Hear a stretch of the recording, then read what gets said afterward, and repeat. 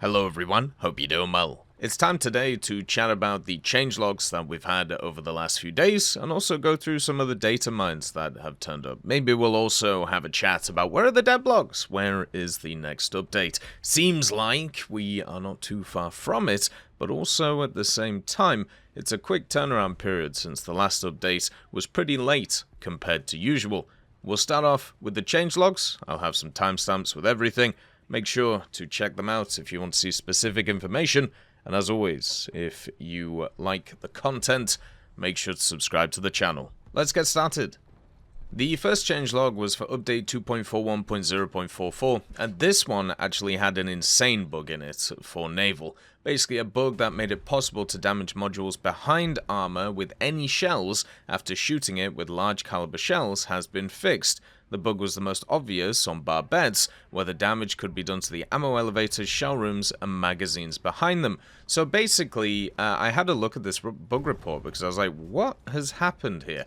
And it turns out what you could do is you could destroy the main caliber turret and its shell elevator on one of the turrets of a vehicle, and this would make all of the other turrets' armor not exist. So imagine you took out one of the turrets and then you decided to machine gun another of the turrets. The turret did not have any armor, so you could just go straight through it and hit everything. So this is a catastrophic bug because it means that whenever you've taken damage in somewhere else, your armor just doesn't exist anymore in anywhere else. So you are obviously much easier to get ammo racked and also other things going around too. It's crazy that was a bug. And this was a problem on the Dunkirk, but it was also something that was a problem on other parts. And you know what's also crazy about this one?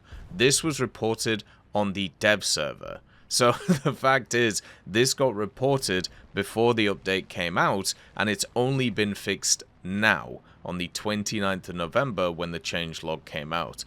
Absolutely crazy. There was also another update, 2.41.0.51, and this came out on the 4th of December, and they fixed a few little things. The main one, once again, graphical updates to try and fix a bunch of stuff which is going on. First of all, you have aircraft. There was a bug that caused the radio altimeter to show incorrect values at altitudes above 15,000 meters. That's been fixed. I'd like to see the people who were basically going at 15,000 meters, but it's good that they've fixed that. And then also some graphical stuff. Once again, that was one of the large parts of this update, right? A bunch of graphical changes and a bunch of stuff going around. So more bugs being fixed. The maximum intensity of the visual effect of afterburners now depends on the degree of damage to the engine. The more damage to the engine, the less pronounced the effect becomes, which is really cool. Stuff like that is always really nice to see. It's something that I've always enjoyed in other games too, like when your, let's say, armor gets hit a bunch, it starts having some holes in it, or when, you know, you fire your gun a lot and it loses its integrity, usually gets some like mud on it or grit or stuff like that. I think generally it just adds an extra level to it, and that's something that they've been focusing on the last period of time. Also, excessively bright reflections on cockpit instruments with ray tracing enabled have been fixed too, so that's really nice to see. And also another bug with motion blur, where 100% motion blur was always applied to aircraft debris, even when the game was paused, and that has been fixed. So basically, if you pause the game, you would see this shimmer just in the distance of the motion blur, which is kind of funny. Then also, there was a bug where it was possible to enable the ray tracing option in the graphics settings with an AMD graphics card, even though AMD RT is not supported yet, and that has been fixed. They are also working on expanding ray tracing support, and in the future will additionally be available on AMD graphics cards. So right now it's just for Nvidia stuff, but it will be for AMD in the future, which is really cool. The great thing about having an AMD card is hopefully Gaijin can fix all of the bugs and the performance issues with Nvidia stuff and then port everything over to AMD, basically giving people a better experience than what people had with the Nvidia stuff to start with. For me, I'm still turning off ray tracing. I'm not touching it. There hasn't been any performance updates that I've seen, at least, and I don't really want my frame rate to go through the floor. And to be honest, I think I found a happy medium on how my game looks and how it feels. It feels really nice in general.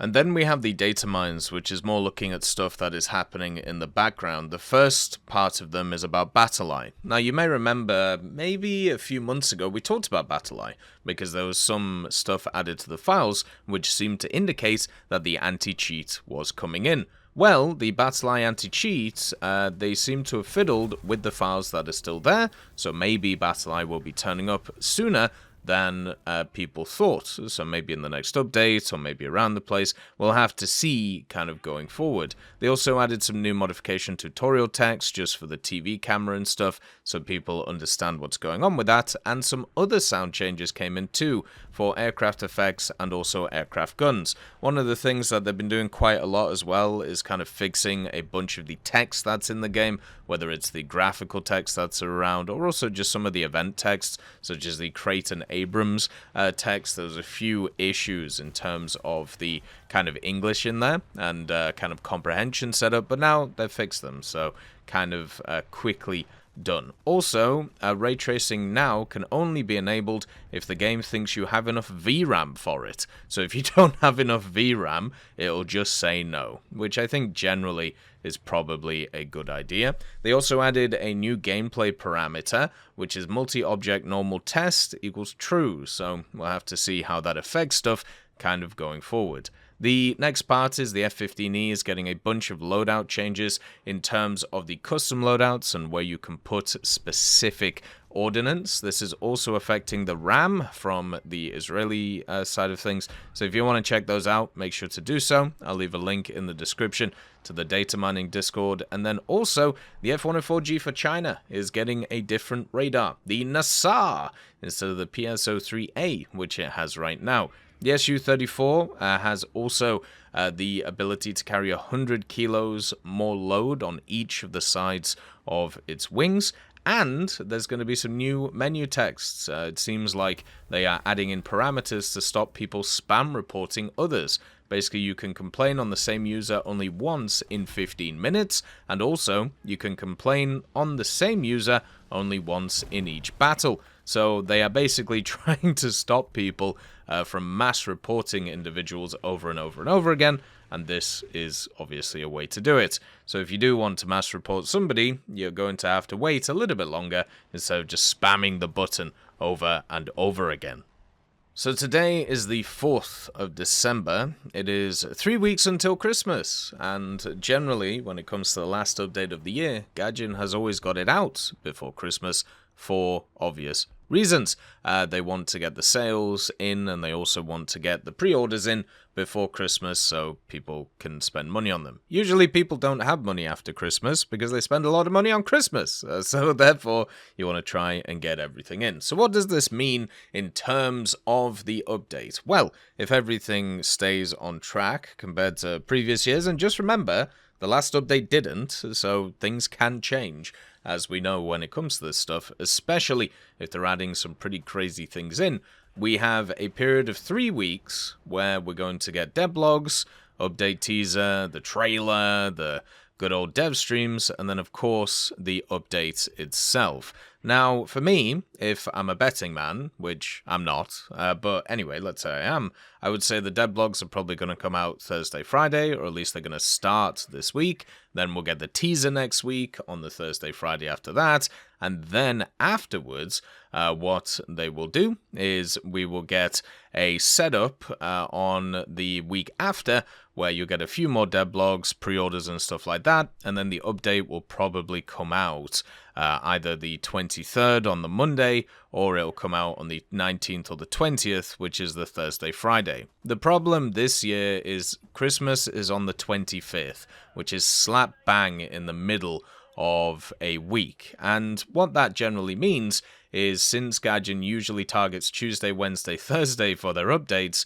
the only one you really have there to hit is the 24th, which is a Tuesday. So it might be a little bit weird this year, where we might get it a little bit earlier.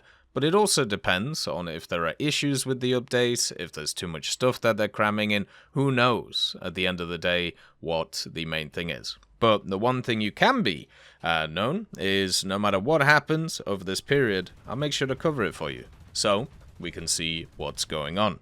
As always, I hope you have a wonderful day, and I'll see you next time.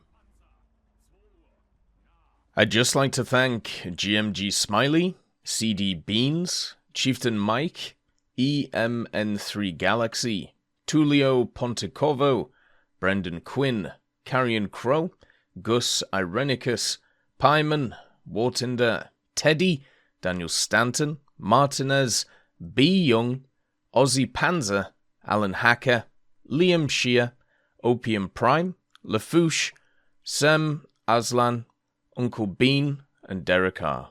for supporting the channel.